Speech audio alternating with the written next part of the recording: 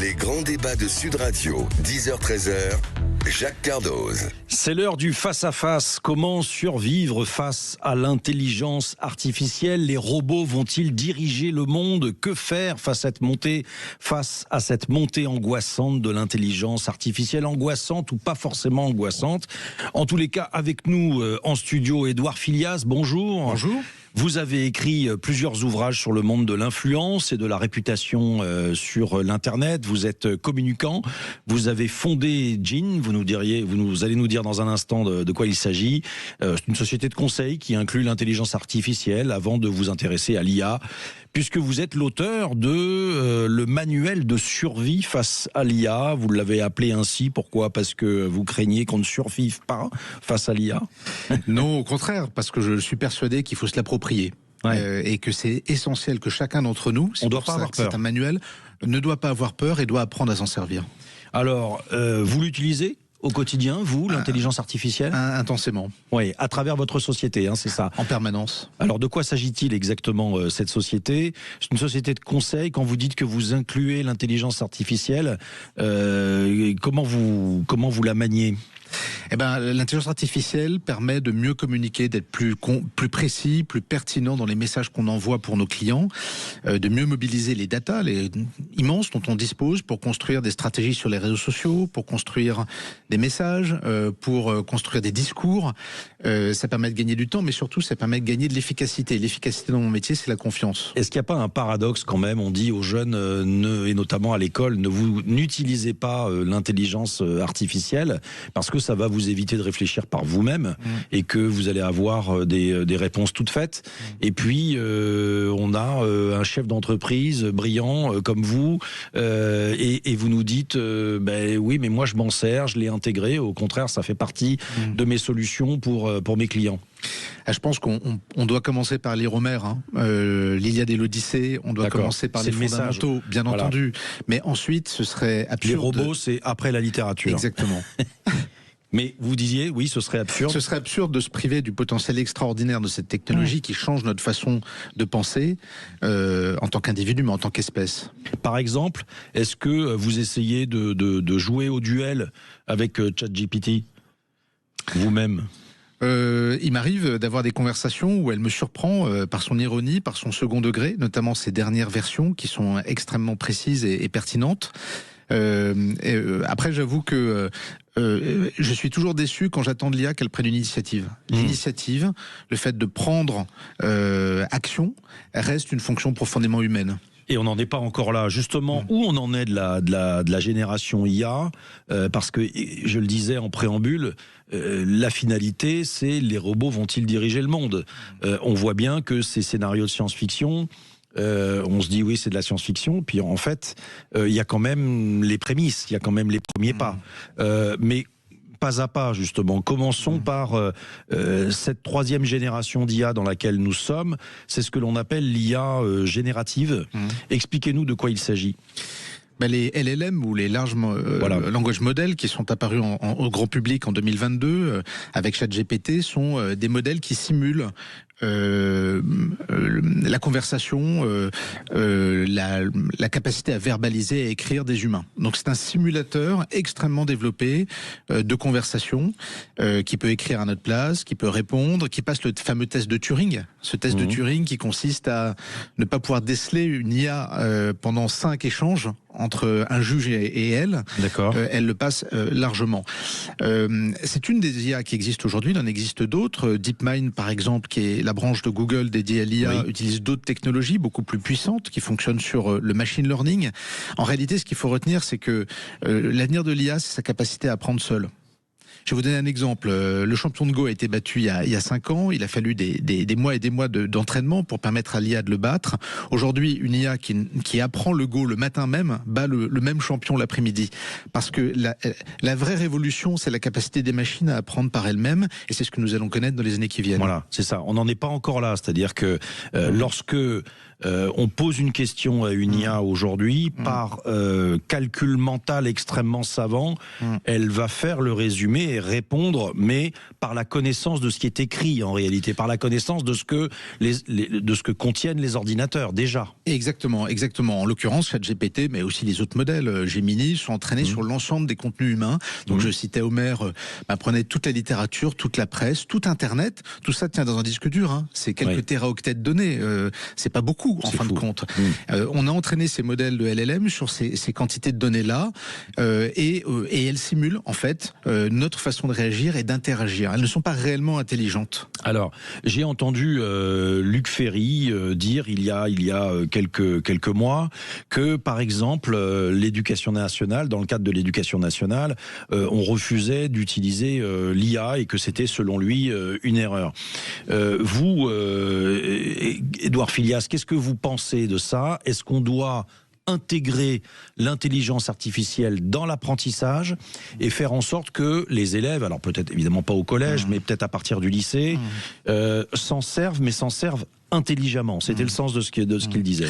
On sera amené à en reparler sur ce que l'IA change dans le travail humain et dans sa capacité de créer, d'inventer. En revanche, j'ai une certitude, c'est que n'importe qui a aujourd'hui dans la poche le meilleur et le plus patient professeur de toutes les matières du monde. Que ce soit des langues, des mathématiques, de la philosophie. Apprenez la philosophie avec ChatGPT, elle vous étonnera. Donc ça serait stupide de se priver de ce merveilleux professeur. Par contre, il y a quelque chose que l'IA ne fait pas et qu'elle ne fera jamais, c'est la relation.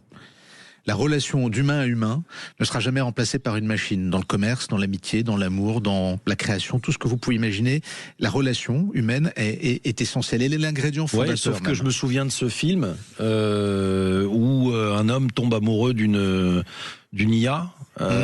J'ai perdu le nom en tête, mais c'est pas Her, je crois. Oui, voilà, c'est Her. Et bon, il y a quand même une relation. Est-ce que vous pouvez remplacer le professeur Keating dans le cercle des poètes disparus par une IA? Non, évidemment. Voilà, je pense que ce film résume d'ailleurs très bien pourquoi les professeurs seront nécessaires dans le futur. Alors, vous parliez de l'étape future. Parlons-en. L'étape future, c'est la 4e génération, c'est ça. Et de quoi s'agit-il exactement? En fait, l'IA aujourd'hui, qu'est-ce que c'est? C'est une somme de data, de données, de puissance de calcul et de capacité de stockage. Les 3 paramètres n'avancent pas au même rythme. Parfois, la data progresse plus vite que le stockage et plus vite que le calcul. Et le logiciel qui sous-tend tout ça progresse également, mais à son rythme, avec des ruptures. Hein, c'est un peu comme un régime, on perd jamais du poids de façon linéaire, mais d'un coup, l'IA c'est pareil. Il y a des bons. Et la plupart des spécialistes entendent pour dire que d'ici 5 à 10 ans, on connaîtra le bond de l'AGI, donc de l'intelligence artificielle générale.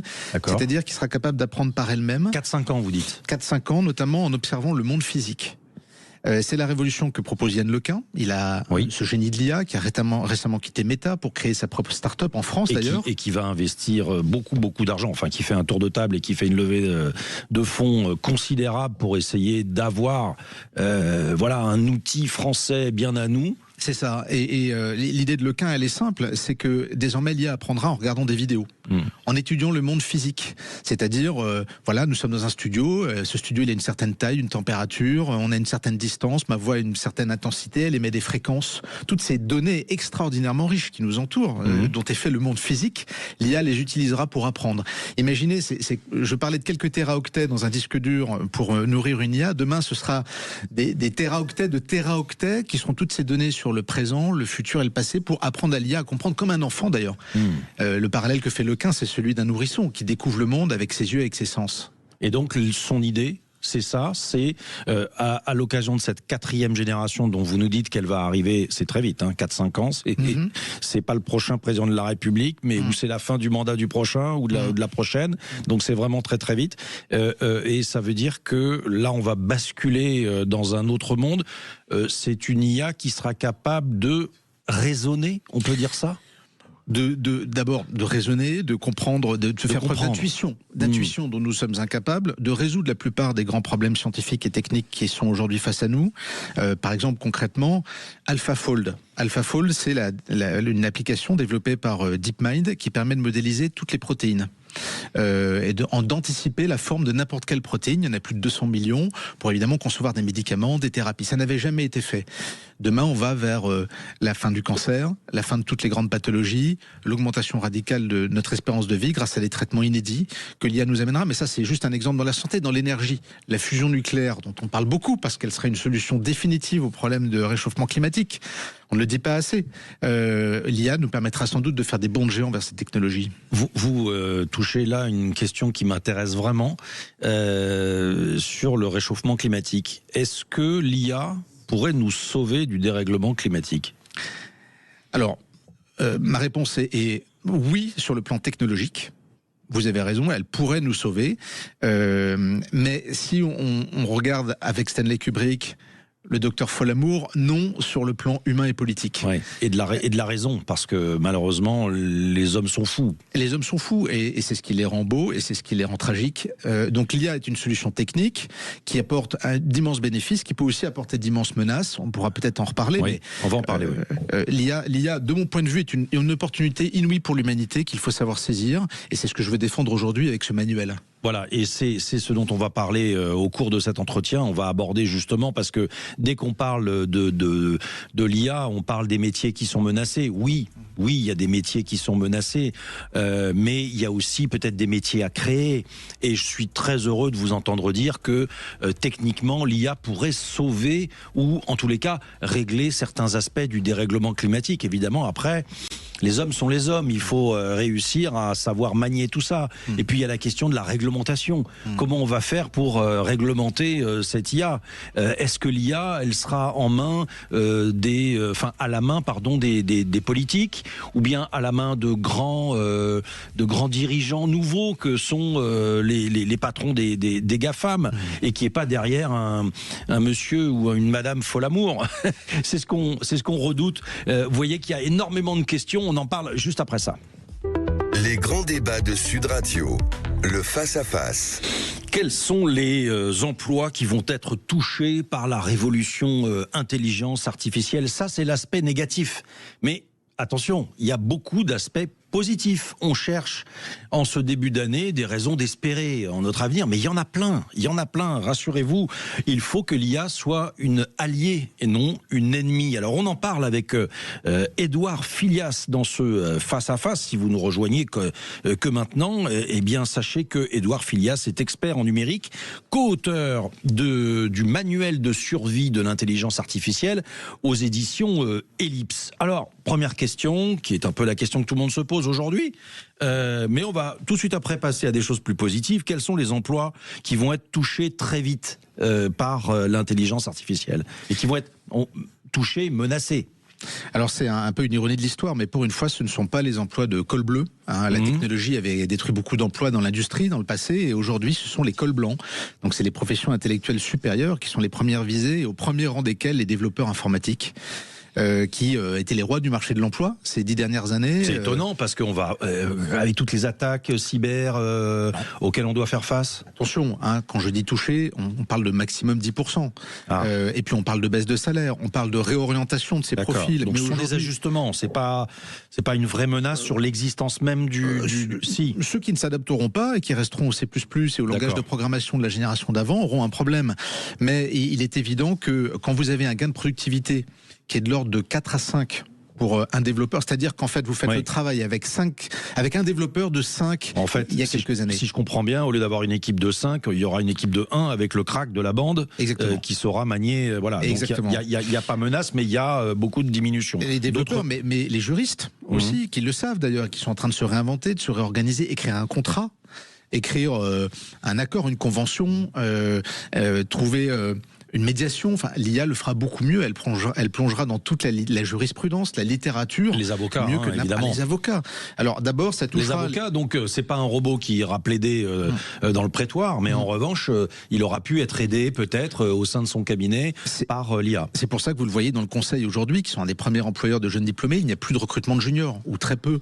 Parce qu'en fait, les stagiaires, les juniors et les débutants, on n'en a plus besoin. On garde les associés. C'est un peu triste. Il va falloir trouver des solutions, parce qu'il faudra bien les remplacer. remplacer un jour ou l'autre ses associés. La finance, j'ai vu hier que Morgan Stanley prévoyait 200 000 emplois de moins dans le secteur financier en France d'ici 2030, c'est 10% de l'emploi de ce secteur. Par exemple, les conseillers de clientèle seront avantageusement remplacés par des IA. Alors, dans la finance notamment, on utilise des robots. On utilise des robots de calcul. Absolument, des robots de calcul. Et puis, vous aurez aussi tout simplement plus d'efficience pour comparer tous les produits financiers d'un marché en temps réel, offrir des services plus personnalisés, adaptés à chacun de nos profils. Donc, attention. Donc, le secteur de la banque va beaucoup évoluer. Le secteur financier sera en première ligne de ces transformations. Après, tous les secteurs qui sont administratifs, en général, c'est-à-dire qui consistent à exécuter des process, des tâches répétitives, anticipables. Alors, évidemment, je suis désolé de les citer, mais il faut les citer. Les fonctionnaires, une bonne partie de la fonction publique notamment d'exécution territoriale, les fonctionnaires d'appui dans la police, dans l'hôpital, sont évidemment concernés parce qu'on peut les remplacer avantageusement. Donc ça sera peut-être le moment pour eux de se réinventer, de trouver de nouveaux débouchés pour leur carrière. Je pense que l'IA aura cet impact-là à court terme. Alors attention, à court terme, les économistes s'entendent sur 1 à 4% des emplois concernés. Donc ça n'est pas un tsunami. Les vrais changements dans l'emploi et dans le marché du travail interviendront plutôt dans les 5 à 10 ans, donc sur une perspective de temps un peu plus longue. D'accord, donc ce que vous nous dites, c'est un peu l'exemple qu'on avait tout à l'heure, c'est que sur une équipe de 5 humains, il en restera peut-être 1 ou 2, et puis les robots feront le reste. On n'en a pas parlé, mais le monde de la presse... Alors le journalisme, ouais. alors le journalisme paradoxalement trouve une nouvelle noblesse dans une IA qui fabrique de la fake news à vitesse grand V. Je ne sais pas si vos éditeurs le savent, mais la moitié des contenus sur Internet sont désormais fabriqués par des IA. Une vidéo sur 2, un texte sur 2. Là, vous incluez l'ensemble de ce qui est produit, pas forcément produit par des journalistes. Exactement, l'ensemble de ce qui est produit. L'ensemble de ce qui est produit comprend pour moitié des contenus artificiels. Les réseaux sociaux sont peuplés de contenus artificiels désormais. Donc le journaliste n'a jamais été aussi utile et précieux pour trouver la vérité, pour aller chercher les vraies sources, pour confronter ce qui souvent s'apparente à de la manipulation, qu'elle soit commerciale ou politique. Donc le rôle du journaliste demain, ça va essentiellement reposer sur sa capacité à dire ce qui est vrai et ce qui est faux finalement. Exactement. Et à utiliser l'IA pour le faire. C'est-à-dire que je ne pense pas que demain on puisse être journaliste sans maîtriser l'IA pour aller chercher l'information, la confronter, et on y reviendra, mais l'IA, sans doute, un de ses principaux bénéfices aujourd'hui, c'est nous donner accès à une information en temps réel, à une réponse à une question. Ah ben je vais vous faire un aveu, moi je m'en sers. Enfin je veux dire, parce que si les bonnes IA vous renvoient vers la source, donc d'abord ça condense en une seule question, ça condense la réponse qu'on a très très vite. C'est-à-dire qu'en fait la recherche est la même, sauf que la réponse elle nous vient plus vite et avec des sources sur les bonnes IA, parce que tout le monde ne donne pas les bonnes sources.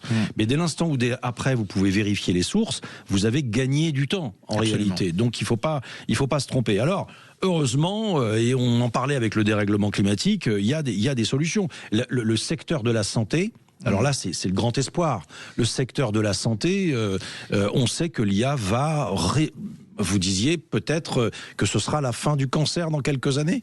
Mais mon ami Jean-Emmanuel Bibaud, qui est un des plus grands spécialistes français de l'IA, docteur en informatique et en médecine, le dit très bien dans son livre Cancer Confidential. On va vers des solutions, des thérapies complètement inédites et inouïes. Et de son point de vue d'ailleurs, il faut se concentrer aussi vite que possible sur ces efforts de recherche. Par exemple, je vais vous donner un exemple concret, le diagnostic.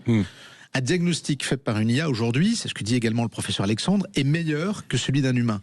Demain, nous irons vers des machines à diagnostiquer partout sur le territoire. C'est d'ailleurs là une des solutions contre la désertification médicale, pour que chacun puisse aller avoir accès à la meilleure médecine au meilleur prix. Alors comment on peut faire confiance à un humain si l'humain, lorsqu'il lit le diagnostic réalisé par un robot, est en réalité moins bon finalement, et qu'il aurait de moins bonnes capacités cognitives que la machine qu'il a créée lui-même?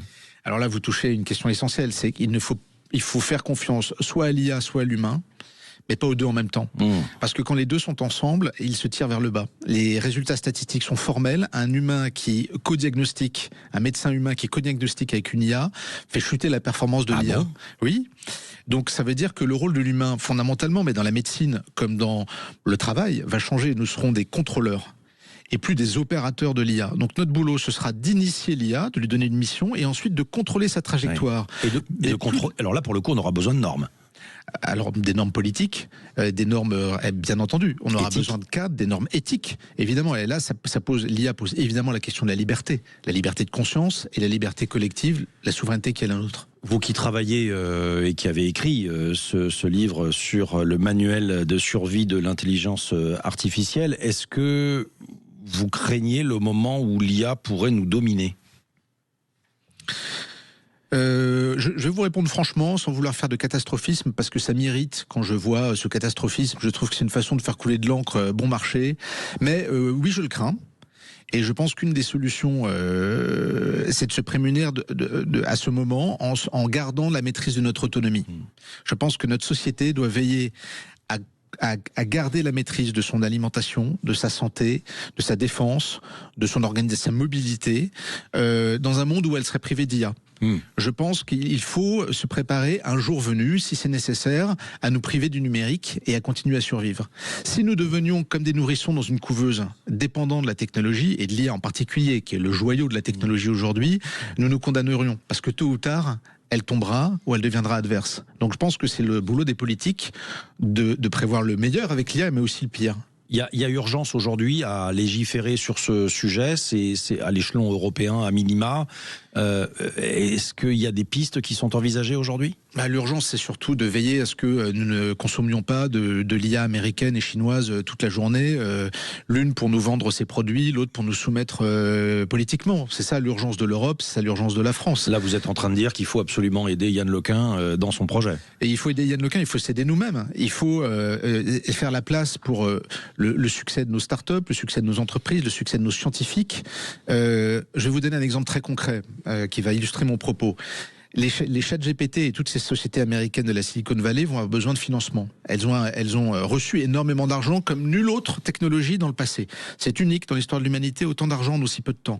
Cet argent, il va falloir le rendre à leurs investisseurs. Ce n'est pas de la charité.